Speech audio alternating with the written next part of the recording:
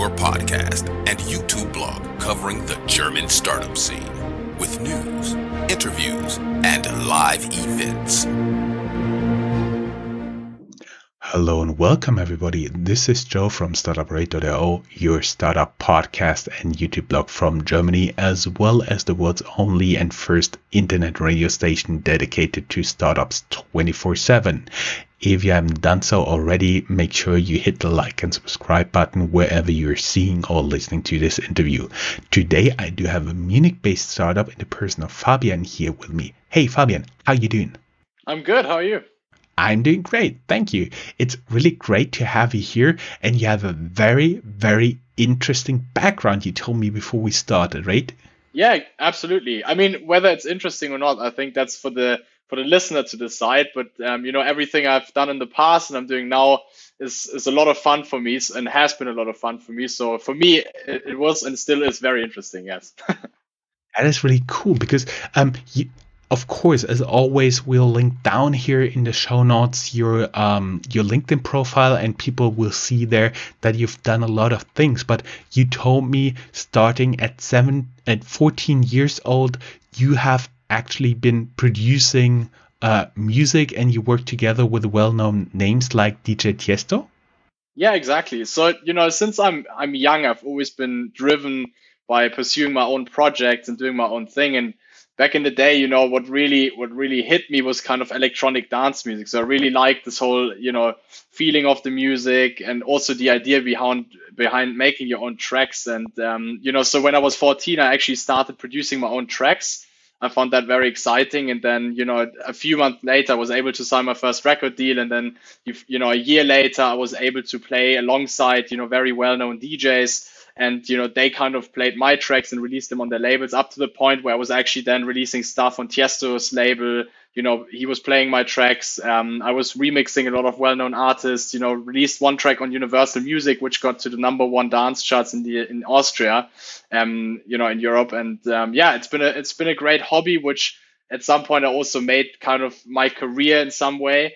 And on the other hand, I was always pursuing, more entrepreneurial projects. So a mix between being very creative and then at the same time, doing stuff. That has always been very exciting for me. You do have a lot of positions in your CV, but the first one I would like to talk a little bit about is you've been actually with Adobe in the past. Was this like your first look inside a US-based tech company? Really an inside look? Yeah, I mean, in that sense, yes. So I've always been interested in tech, and as I mentioned, I pursued a lot of my own projects in that sector. But for me, it was super interesting to really get to know, a well-known US tech company, right, from the inside out and learn some of their best practices. They're not really a startup anymore, of course. So they're more like a corporate now, but still they have this, very American, tech vibe. And that was a very interesting experience for me. I had great people I was able to work alongside with, and my manager was also very supportive. And I gained a lot of insights that now help me in my career and whatever I'm doing now. I see. And your interest, because you're with e-bot7. Actually, when you Google e-bot, there's several robots coming up, but you guys are actually producing a chatbot. And I've noticed you already started like back in 2016 as the publisher, author, and co-founder of a daily newsletter called Chatbot News Daily. I'm sorry. Can you talk a little bit about what you guys are doing? And for everybody who's interested, down here in the show notes, there will be a link where you can actually subscribe if you're a Chatbot fan. Yeah, absolutely. So, as I mentioned, I've always been driven by making change and pursuing my projects and, working on very meaningful stuff or creative stuff. And, in 2016, a good old friend of mine, Xaver, and we've known each other for 20 years. And Max, our third co-founder, with three co-founders actually, we kind of realized that there's a massive problem on this planet, which is customer service, right? Because I think everyone knows that when you call a company, you have a problem, you call this respective number, and then you're on a hotline, and they say, hey, it's another 20 minutes for you to wait until someone picks up the phone, or you send an email and you need to wait 5 days for a reply. And I think that's a pain point everyone knows. And at the same time, you're losing a lot of time because of this waiting. And time, in my personal opinion, is one of the most valuable goods on this planet, right? Because you can have a lot of money, you can have a lot of fun, but if time is running out, you can't get it back, essentially. And we said, we want to tackle this problem. And at the same time, we said, a perfect technology to leverage, to automate, and to make customer service more efficient is AI. So, taking these two things and putting them together, made us found e-bot7, which now offers AI for customer service. So you could call it a chatbot. Nowadays, you call it conversational AI, because it's not only a bot that kind of does FAQs, it can also do very complex inquiries on various different channels. And we've now grown the company from 3 founders to 100 FTEs. It's actually a little bit more than 100 FTEs now. And we're super happy to be able to support very well-known brands across Europe and worldwide to make their customer service operations more efficient.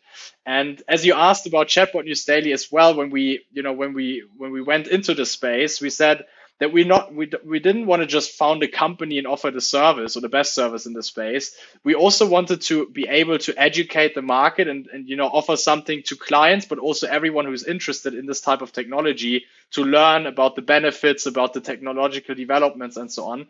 So we also founded Chatbot News Daily, which is now the largest news blog about chatbots, conversational AI bots, and what intelligent virtual assistants and whatever else name you want to give this type of topic.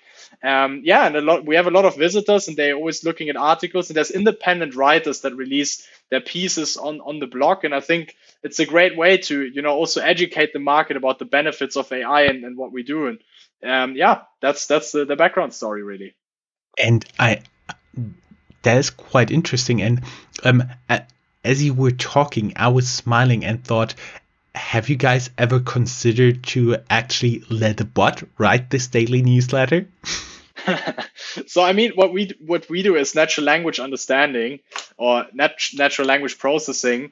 And, we're not that much doing natural language generation. So, we've played with the thought, and I'm sure that our tech team, who does Free Fridays from time to time, has probably built a funny thing like this in the past, but we haven't actually put it into production yet. But I will take this idea back to the table, and maybe soon you'll find the first, machine-generated articles, and then you have to let me know whether you realize they were done by a machine or whether you think they were, written by a human. A handful of people may have already read something you're writing, because I realized you're also a guest publisher and author on VentureBeat, based in the Silicon Valley, right? Yeah, exactly. I mean, they're very cool magazine. And back in the day in 2016, they were also one of the first magazines to really pick up on, conversational AI and on AI for customer service and all these sorts of topics. And then they approached us and, asked us, because we were kind of the thought, and still are the thought leaders in Europe regarding this topic. So they approached us and said, we have a lot of news and a lot of publishing about US companies and how this whole topic is, accelerating in the US market, but not so much. We don't have that much knowledge about the European market. So, they approached us and we said, hey, sure, we're happy to help out here. So now, we released guest articles, we released, some landscapes and frameworks about how the ecosystem looks like over here in Europe. And it's been super fun to work with them. Uh-huh. And basically, my understanding is that your interest in chatbots also triggered your co-founding of e-bot7. But before that, I just want to touch a little bit on the KI Bundesverband. Yes, that's a German word, and it's the German AI Association. And you guys, or you personally, have been a founding member. Is that true? Yeah, exactly. So, that I think the AI Association was founded 2 years after we founded e-bot7, and it was quite a coincidence because Jörg Bienert, who's the chairman of the KI Bundesverband, the German AI Association in English, we both had a talk and a panel at the DFKI, which is the German Institute for Artificial Intelligence. And he actually had the idea to found the AI Association in order to foster the German AI ecosystem. Because if you look at the US, if you look at China, there has been and still is a lot being done to support startups. A lot of money is being invested into research and developments, into universities, into lectures, into good professors, into governmental funding money, into the regulation that supports, innovative ideas and the foundation of startups, but not so much in Germany and the EU. And, we had a chat there and, said, hey, do you want to join me on this journey? And obviously, as I know all of these problems, firsthand through our own market in e-bot7, I said, yeah, let's definitely do it. And it's been going quite well so far. So, the AI Association now has more than 250 member companies. There's a lot of papers being released on different topics. There's very good connection to the politicians. And we also have some managing directors now who are doing a great job. So it's great to see what has happened and how this whole thing has developed. What is your outlook for Germany on the AI game? Because there are always horror scenarios where China and the US are winning and Europe, especially Germany, is losing out.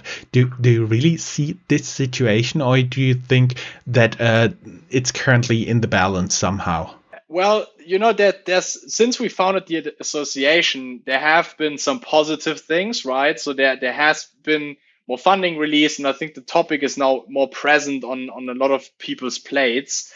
But at the same time, there's a lot of hurdles, right? So it's still very hard in Europe to get a lot of funding. So once you hit a certain tipping point in terms of funding size, you need to speak to US investors essentially. There's now discussions about whether companies, once they do an M&A transaction or something, should be regulated, and that the government can say, hey, we don't want this company to be sold to US company. And it's always a very fine balance between regulating stuff and over-regulation, because if you tell founders who want to build great companies that you need to get funding outside of Europe at some point because there's not enough VC cash here or there's not enough government support. At the same time, maybe companies founded in Germany can't be sold to companies from the US. Then the question arises whether you as a founder move to the US and found your startups over there, right? Because there's just more flexibility. So that's just a few out of a lot of points I wanted to mention, but I think it's slowly moving into the right direction, but there's still a lot that needs to be caught up with. If you would have a wish list, what needs to be done here, especially in Germany, for the politicians? What would be a few picks for this wish list? Increased funding for essential research? Is there something else you would like to have there? Yeah, it's a mix. I mean, it's data security. So one thing is, to make sure that every company and that the legislation is not over-regulating stuff, which makes it harder for companies, or at least, it makes it easier for us as startups to integrate stuff, because companies are not scared of, data security issues and especially, regulatory stuff they have to go through. It would definitely be funding. It's a very time-consuming process if you want to get governmental support in terms of money, because it's a very, very long process, and that takes some, a lot of time to get through it. And obviously, that's not really on the same level as startups if you want to grow quickly. So these are a few things. Then, just recently with this M&A stuff I just mentioned, to not over-regulate stuff once again.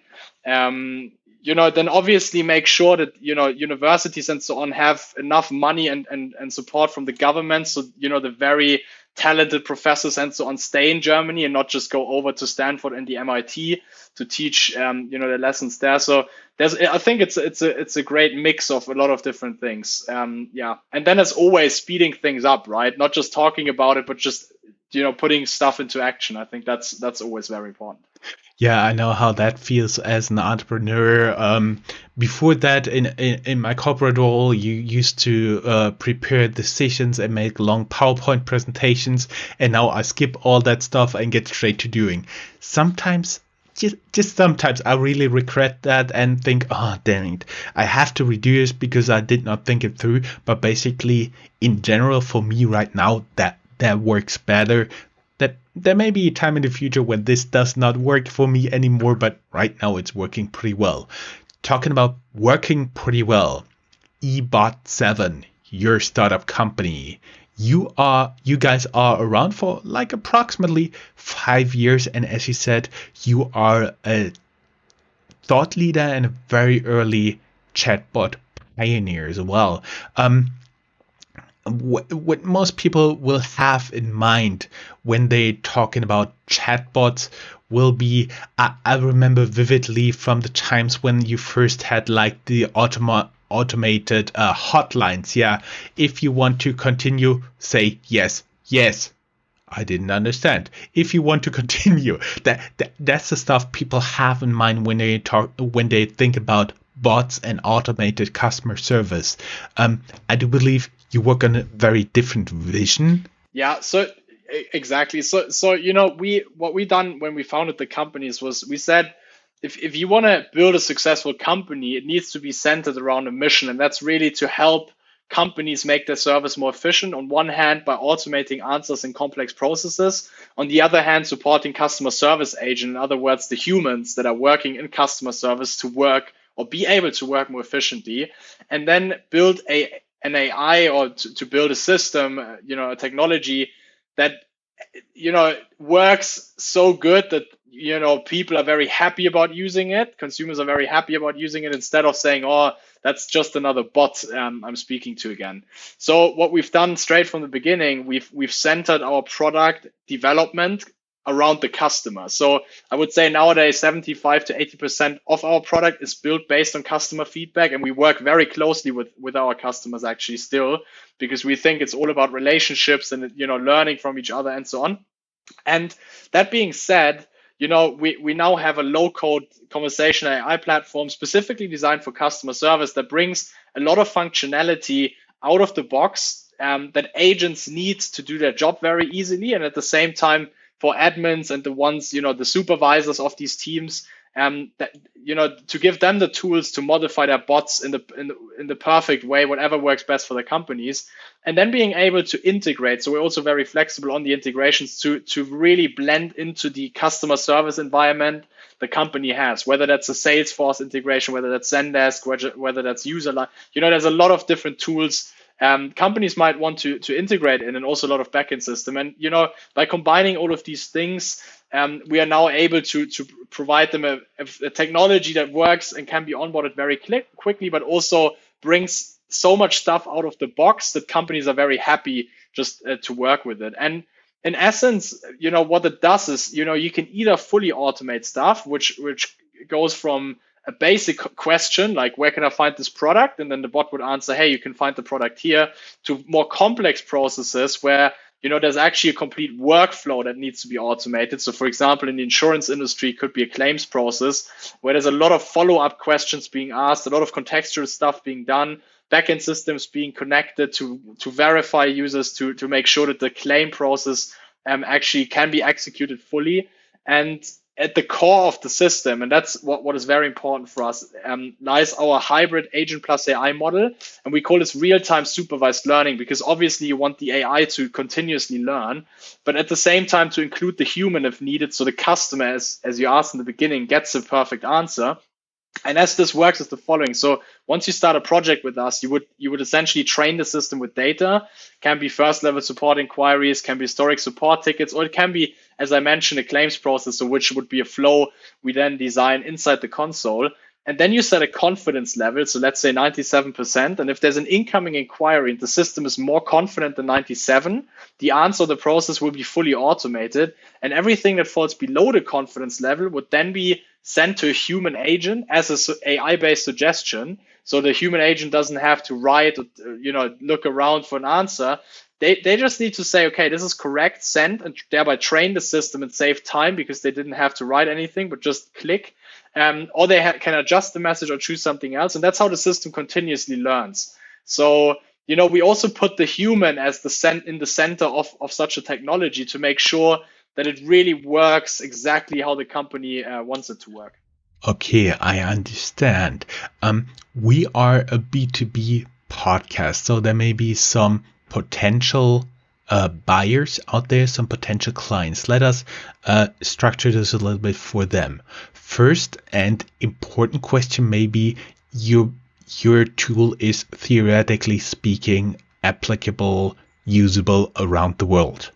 Absolutely, yeah. So we support a lot of languages, and whether you're from the Asian region, whether you're from the US, whether I don't know, you're from the Nordics, in Europe, we support all of the languages, so you can just start using it out of the box. That would be very interesting because I do believe language for conversational tool is very essential. I do look here on the website. Of course, everybody who goes down here in the show notes, there's a link to your company website, and I do see that you have like a really broad base of clients. From the German AAA version, ADAC, they help you when your car breaks down on the roadside, to insurance company. I see a flower company. I see Milo, world renowned for very good, well-made home appliances. Siemens, down to companies even like Lovo, which is, I assume, the online dating app, to even the soccer club Schalke 04. So for me, it would be very interesting to learn with which content is this chatbot, so to say, arriving. So how much does your customer service need to train, need to adapt this bot? Because I don't think your tool comes with a preset of Mandarin soccer terms when a soccer club in China asks you, reach out for you. So what is like the basic package a client could expect from you here? Mm-hmm. So that's a very good question.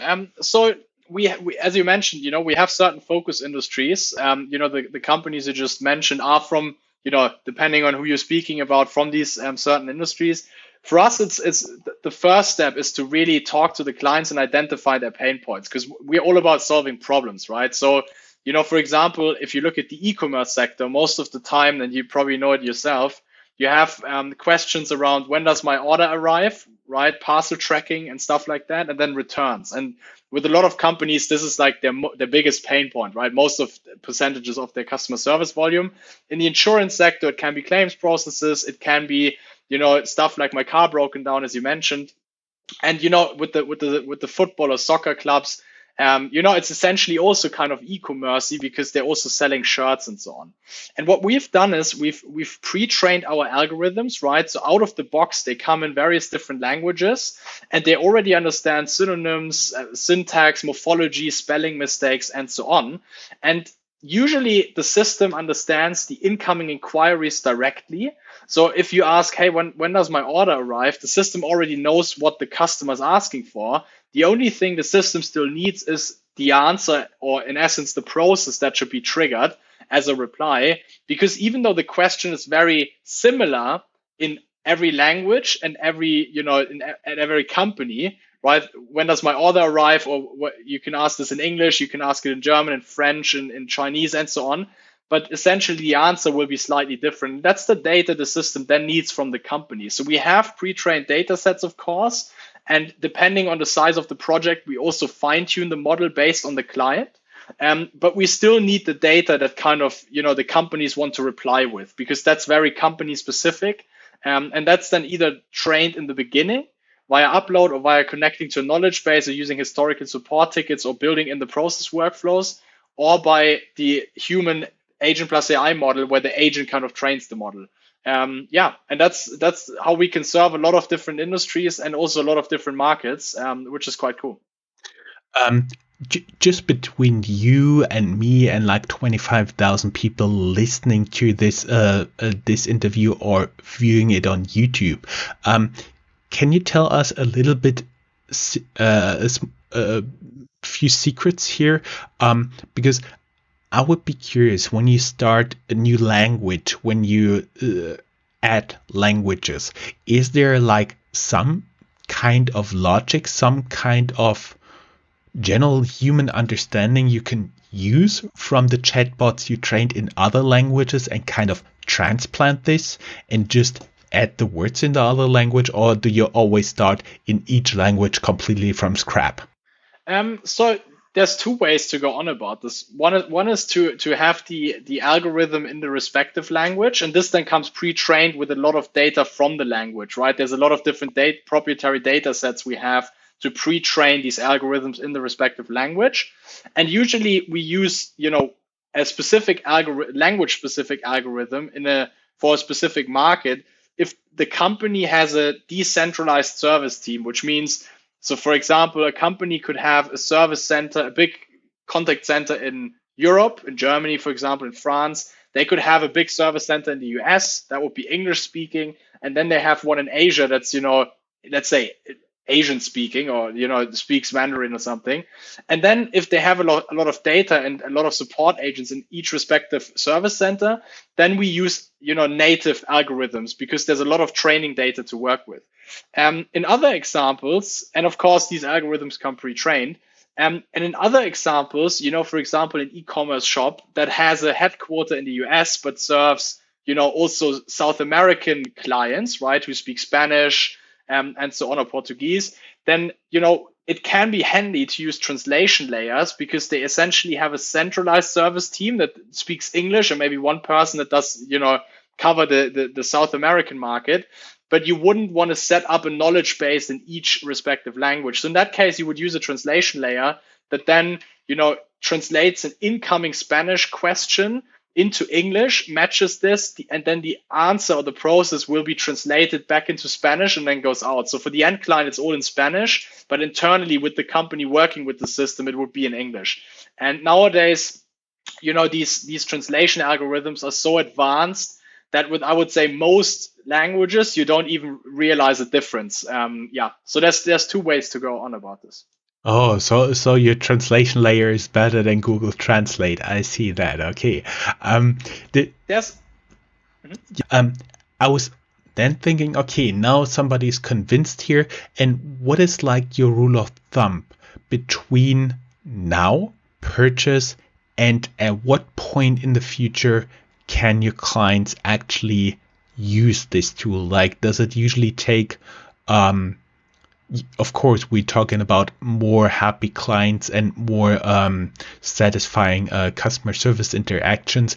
At what point is your tool like fully living up to the KPIs you are showing in your sales presentations? How long does it take for a company to really see the benefits of the tool? So, my personal opinion is, now that we've built the product for 5 years and always incorporated the client feedback, that you can actually see the benefits from day one, right? Because what happens is, let's say you put let's take a worst case. So we work with a company, they don't have much data to train the system with, and they just want to start, right? And they get access to the console and they off they go, right? Within 1 day.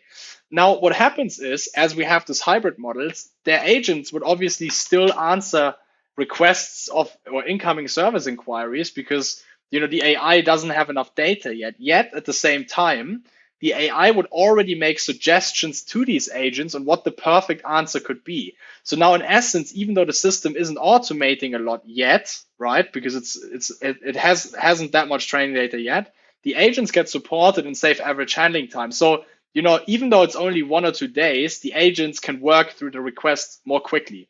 Now, this accelerates, right, because every request they work on, the more the system learns, and then after 3 days, it can already automate, while at the same time still support the agents. So, we had learning curves with clients, above 61% full automation across all of their service after 2 months. And the company started with a very limited amount of data. So it depends on each case. But I would argue that if you just look at when does the tool generate benefits, it's actually straight from the beginning. Exactly. And then it increases over time. Uh-huh. I see. Your tool makes miracles reality, right? Yeah, we're doing our best. I see. Now that we went through your product extensively, let us get a little bit back to the company. I've seen here on Crunchbase, of course, as always, linked down here. You went until Series A and you raised a total funding of a little bit above 8 million. Are you guys currently looking for another funding round? We usually don't speak that much about funding rounds. But obviously as a founder, you want to grow the company, and we're evaluating various different options. And of course, if you want to grow, and our plan is also to enter the US very soon, we might be. Exactly. I see. And for my fan base here in Frankfurt, of course, Mein Inkubator, the main incubator of Commerzbank, one of Germany's largest bank, is also an investor with you guys. I've seen in a press release in the past. Absolutely, yeah. So they've actually been one of our first investors. So when we did our first seed round, they were kind of the lead investor on this round, and then we had some very supportive angels, and of course Mein Inkubator, who believed in us from day one, basically. And they've been great so far. So they've been a great investor. We can come to them with questions. They're also always investing in the follow-up rounds now, and they believed in us from the beginning. And we're very happy to have them on board. Great. Just one more question, because you said you're looking to enter the United States. Do you have like a rule of thumb? Because we do have a listener base in North America, in the US and Canada, as well as a little bit in Mexico. When can they expect to have your tool ready there with the local established sales force? Yeah, so I mean, we're very dominant still in Europe, and we actually wanted to enter the US beginning of this year, but as it's still COVID times and travel is restricted and so on, we've postponed it a little bit, because when we do stuff, we do it fully committed. So our plan now is to do it, by the end of this year, beginning of next year. But of course, if the COVID situation changes earlier than this, and we have a very strong partner network already. We're also, in contact with some very, very talented people, and we're a founding team, and then essentially one of us founders would also move over there for the time being to really accelerate the market. So that's kind of the timeline I would mention here. And for everybody who's excited with this interview and is listening until the end, are you guys currently hiring? Yes, we are. We're always hiring, actually. So our mantra is always, if you find very talented people and you might not need them right now, but maybe in 3 months' time, we're always open for the conversation, because essentially a business is the people, right? So if you have a talented group of people that work together as a team and that bring great ideas to the table, it's always great if you can get more of these people together. So if you like our topic, if you think you can make an impact with us, feel free to contact me, right? Or contact our HR team. We are always open for discussion. Yes, and say the magic word, Startup Radio. Yeah. Great. Fabian, it was such a pleasure having you here. Thank you for being like half an hour being quizzed by me from all angles and directions. And are you still making music? I am. Not as much as I've been used to, because if you're a founder and if your company is growing, quite rapidly, sometimes you don't have as much time for your hobbies as you wish you had, but I'm still doing it. Yeah, of course. Okay, and for everybody who'd like to learn more, he'll also provide us a link down here in the show notes where you can listen to some of his tunes as well. Fabian, thank you. It was a pleasure having you. Best of luck, and looking forward to speak to you soon again. Yeah, thank you so much. And looking forward to more questions, and just contact me if you want to know more. And thanks for having me on the show. My pleasure. Thank you. Bye-bye. Thanks, bye. If you are a professional looking at the European startup scene, Germany is a place you cannot miss. Fortunately for you, there is Startuprad.io, the authority on German startups. This English-only podcast brings you fresh interviews each week. Most likely, you have never heard or read anything on these startups before in English, but you will in the future. Be ahead of the curve and subscribe to Startuprad.io podcast, or check for the Startuprad.io internet radio station. Check your Alexa for the Startuprad.io skill as well.